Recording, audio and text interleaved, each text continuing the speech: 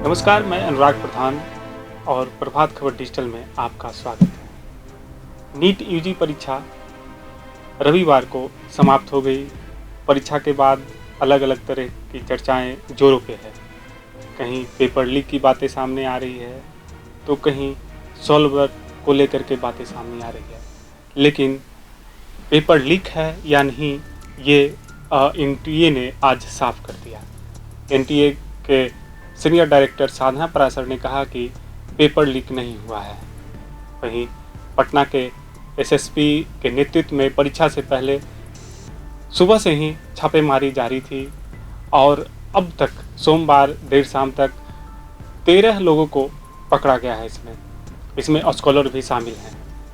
Sunday को जब exam हो रहा था तो पटना के एक सेंटर से एक स्कॉलर को पकड़ा गया। स्कॉलर के पकड़े जाने के बाद पुलिस ने उनसे पूछताछ की। पुलिस के क्लू में बहुत सारी चीज़ें उभर करके सामने आई। उसके बाद से लगातार जो मामला है सोशल मीडिया से लेकर ट्विटर पे लोगों ने लिखना शुरू कर दिया कि पेपर लीक हुआ। लेकिन एनटीए ने साफ कहा कि पेपर लीक नहीं हुआ। एनटीए का कहना था कि जो राजस्थान में घटना घटी, जो हिंदी मीडियम के बच्चे थे उनको अंग्रेजी का प्रश्न पत्र दे दिया गया। उससे गुस्साए छात्रों ने बाउंड्री फान करके बाहर चले गए और वो प्रश्न पत्र 4 बजे के बाद ट्विटर पर ट्रेंड होने लगा। इससे एनटीए ने कहा कि मेरा जो 2 बजे से परीक्षा शुरू होने वाली थी, वो 2 बजे से परीक्षा शुरू हो गई थी। 4 बजे सोशल मीडिया पर प्रश्न पत्र वायरल हुआ। लेकिन आज सोमवार को एनटीए ने स्पष्ट किया कि जो सोशल मीडिया पर प्रश्न पत्र वायरल हो रहे हैं वो प्रश्न पत्र नीट यूजी परीक्षा से बिल्कुल ही अलग हैं। इस संबंध में साधना पराशर ने कहा है कि परीक्षा के दौरान काफ़ी सुरक्षा व्यवस्था का ध्यान रखा गया, जिसमें क्वेश्चन जो बॉक्स हैं उनको जीपीएस ट्रैकिंग और लॉक सिस्टम से सुदृढ़ किया गया था, मजबूत किया गया था, ताकि उसको कोई खोल ना सके। एक अलग व्यवस्था, एक अलग सेटअप तैयार किया गया था।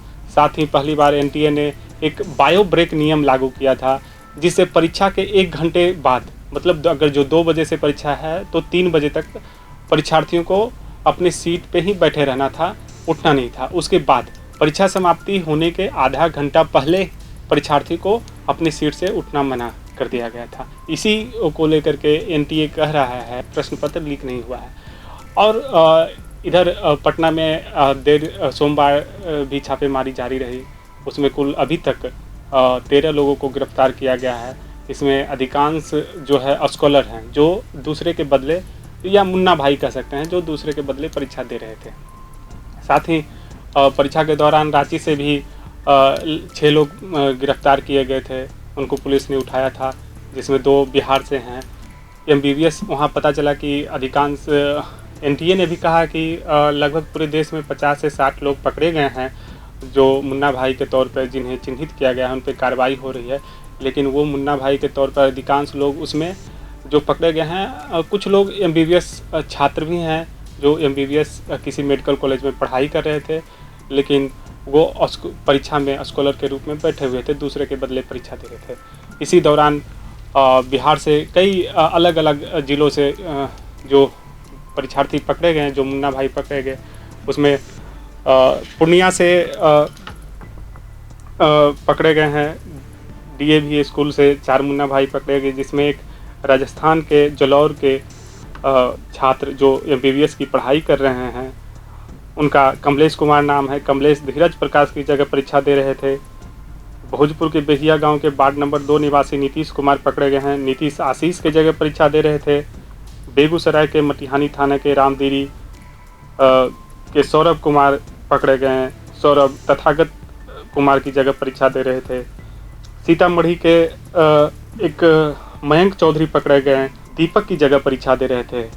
इसी तरह से वैशाली के 2 परीक्षा केंद्र से 2 फर्जी अभ्यर्थी पकड़े, जिसमें एक मुजफ्फरपुर के डब्लू को पकड़ा गया। डब्लू रामभज्जू कुमार की जगह परीक्षा दे रहे थे। नरकटियागंज के उरैद अहमद भी एक दीघा के परीक्षार्थी के बदले परीक्षा दे रहे थे। इसी तरह से रांची में सोनू अभिषेक के बदले परीक्षा दे रहे थे। आशीष प्रियांशु के बदले परीक्षा दे रहे थे। प्रियांशु पटना के हैं और आशीष और सोनू दोनों एमबीबीएस के छात्र हैं। दरभंगा मेडिकल कॉलेज के आशीष हैं जो अभी पढ़ाई कर रहे हैं सेकेंड ईयर में। वही सोनू भभुआ के निवासी हैं जो अभिषेक के बदले परीक्षा दे रहे थे रांची में। इसी तरह से शास्त्री नगर इलाके से एक स्कूल में आयुष को पकड़ा गया जो किसी दूसरे के बदले परीक्षा दे रहे थे। तो इस तरह से आप देखेंगे कि बिहार के अलग अलग ज़िलों से इस बार पहली बार एनटीए ने बिहार के 35 ज़िलों में सेंटर बनाया था। 35 ज़िलों में लगभग 180 केंद्रों पे परीक्षा हुई थी। और अगर जो आप देखें कि स्कॉलर बैठने की संख्या है तो वो पिछले कई एग्ज़ाम से इस बार ज़्यादा है। तो इसी कारण से लोग आशंकित हैं, लोग भयभीत हैं।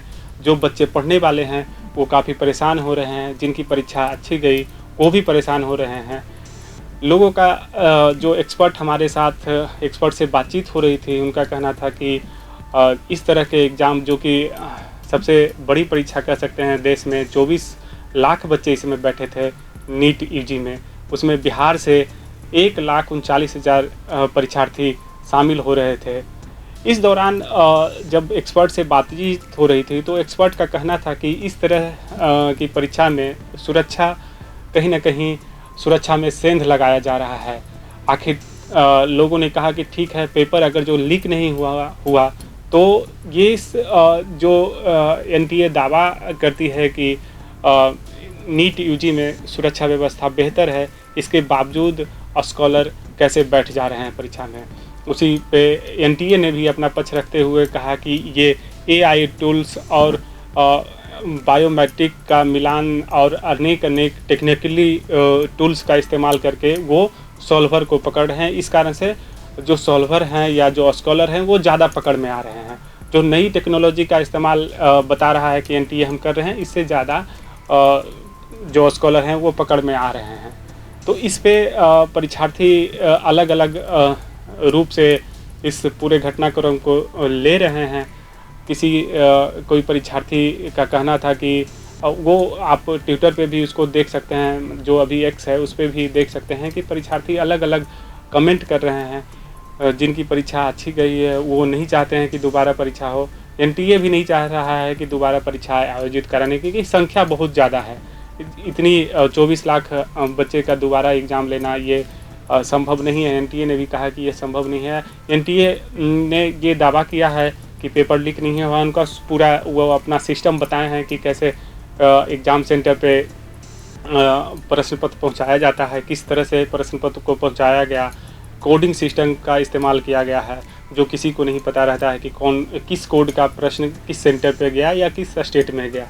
इसी तरह से पहली बार सैटेलाइट जो फ़ोन है उसका इस्तेमाल एनटीए ने किया है कि डायरेक्ट सेंटर के लोग डायरेक्ट दिल्ली में एनटीए ऑफिस से संपर्क करें। इस तरह से कई नए टूल्स का इस्तेमाल एनटीए ने किया है। इस कारण से एनटीए का कहना है कि जो भी लीक की बातें सामने आ रही है वो पेपर लीक नहीं हुआ है। अधिकांश जगह जो है फर्जी परीक्षार्थी या नकली परीक्षार्थी मुन्ना भाई जिनको कहे, जो स्कॉलर के रूप में बैठे हुए अधिकांश वही लोग सामने आए हैं।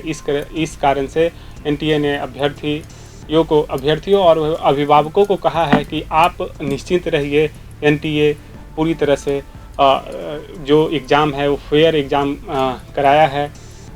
प्लस अगर जो हम एक प्रारूप और इधर देखें, गौर करने वाली बात है कि जब एग्ज़ाम समाप्त हुआ, एग्ज़ाम समाप्ति के बाद से सोमवार तक कई स्कॉलर जो है, जब पुलिस पटना से गिरफ्तार की 2 लोगों को और उसमें जो अन्य लोग और शामिल थे, उनसे पूछताछ के क्रम में अनेक लोगों की बातें जो है नाम सामने आया है, जिसको पुलिस दबोचने में और पकड़ने में लगी हुई है। इस कारण से अभी ये कह सकते हैं कि संख्या बहुत ज़्यादा जो है बढ़ने वाली है, जो दूसरे के बदले एग्ज़ाम दे रहे हैं। और सबसे बड़ी बात है कि इसमें कई एमबीबीएस छात्र भी इन्वॉल्व हैं, जो थर्ड पर्सन, जैसे पूर्णिया में जो 4 बच्चे पकड़ में आए, एक जयपुर के हैं, बाकी बिहार के हैं। उसमें ये समझ में आई कि इन लोग को थर्ड पर्सन कौन है, कौन सेटिंग में इन्वॉल्व है, इन लोग को नहीं पता था। लोग कहें कि इन लोग का कहना था कि थर्ड पर्सन का हम नाम नहीं जानते हैं, 20 लाख में डील हुआ था, एग्ज़ाम निकालने के बदले 5-5 लाख एग्ज़ाम के बाद देना था। तो ये सब बातें उन्होंने पूर्णिया पुलिस के सामने कबूल किया है, जो कि अलग-अलग राज्य से भी आके यहाँ बिहार में स्कॉलर बैठे थे। तो उन्होंने कबूल किया कि एक जो है मीडिएटर है, जो कि इस तरह से लोगों को इन्वॉल्व करता है, जो स्कॉलर है उनको शामिल करता है और एग्ज़ाम में बैठा करके उनको कुछ राशि दे करके और जो अभ्यर्थी जो इसमें शामिल होते हैं, जो नीट की तैयारी करते हैं, वो कुछ अभ्यर्थी भी शामिल होते हैं जो चाहते हैं या सोचते हैं कि बेहतर नंबर आने पे हमको सरकारी मेडिकल कॉलेज मिल जाएगा। इस कारण से वो इस दलदल में फँस जाते हैं। और जो रेट जो बच्चों ने बताया और अलग-अलग सोर्स से पता चला कि 40 लाख, 50 लाख और 60 लाख तक के जो सेटर हैं वो डिमांड करते हैं और बच्चे उस चंगुल में फंस जाते हैं, उस दलदल में फंस जाते हैं। लेकिन पुलिस और एनडीए का भी कहना है कि बच्चे अपने पढ़ाई पर फोकस करें और एग्ज़ाम पूरे अपने माइंड से दे। एग्ज़ाम बेहतर जाएगा तो रिज़ल्ट बेहतर होगा। और एनडीए और पुलिस का भी कहना है कि गलत लोगों को वो अभी दबोचने में लगी हुई है। इस तरह से ओवरऑल अगर जो देखा जाए तो नीट को लेकर के एक अलग क्रेज है और एक्सपर्ट का कहना है कि कहीं ना कहीं एक लोगों का सपना है कि बस मेडिकल का पढ़ाई पूरा कर ले। इस कारण से कई लोग इस दलदल में फंस जाते हैं और एक गलत रास्ता जो है अख्तियार करते हैं, जिसकी वजह से ये सब सारी परेशानियों का सामना करना पड़ता है, जिसमें जो मेधावी बच्चे हैं वो भी मारे जाते हैं, उनका हक मारा जाता है। तो कहीं ना कहीं जो पेरेंट्स और बच्चे हैं उनको अपने मेहनत पे, उनको अपने काबिलियत पे कायम रहना होगा और गलत रास्ते अख्तियार ना करें, इसका ध्यान रखना होगा। अब ये पुलिस की जांच में क्या उभर करके सामने आती है, उसमें ये देखना दिलचस्प होगा कि ये जो गिरोह तक पुलिस पहुंच पाती है या नहीं पहुंच पाती है, जो ये इस तरह के एग्ज़ाम में इन्वॉल्व हो करके एक पूरे माहौल को, सिस्टम को ख़राब और बदनाम करने में लगे हुए हैं। इस तरह से पुलिस इस लोगों को पे पहुंच पाती है या नहीं पहुंच पाती है, यह देखना महत्वपूर्ण होगा। लेकिन अभी तक जो सीन आ रहा है कि इसमें अभी और लोग के पकड़े जाने की संभावना बन रही है।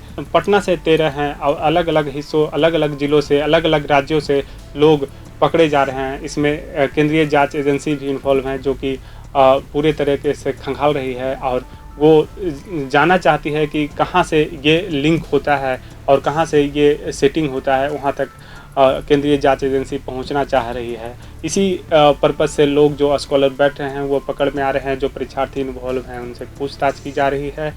अब देखना ये होगा कि एग्ज़ाम को लेकर के एनटीए अब क्या फ़ैसला लेती है। लेकिन अभी तक एनटीए का स्पष्ट साफ है कि परीक्षा रद्द नहीं की जाएगी। परीक्षा जो 5 मई को हुई है, उसी के आधार पर बच्चों का रिजल्ट जारी किया जाएगा। प्रभातखबर.com, विश्वास वही, रफ्तार नहीं।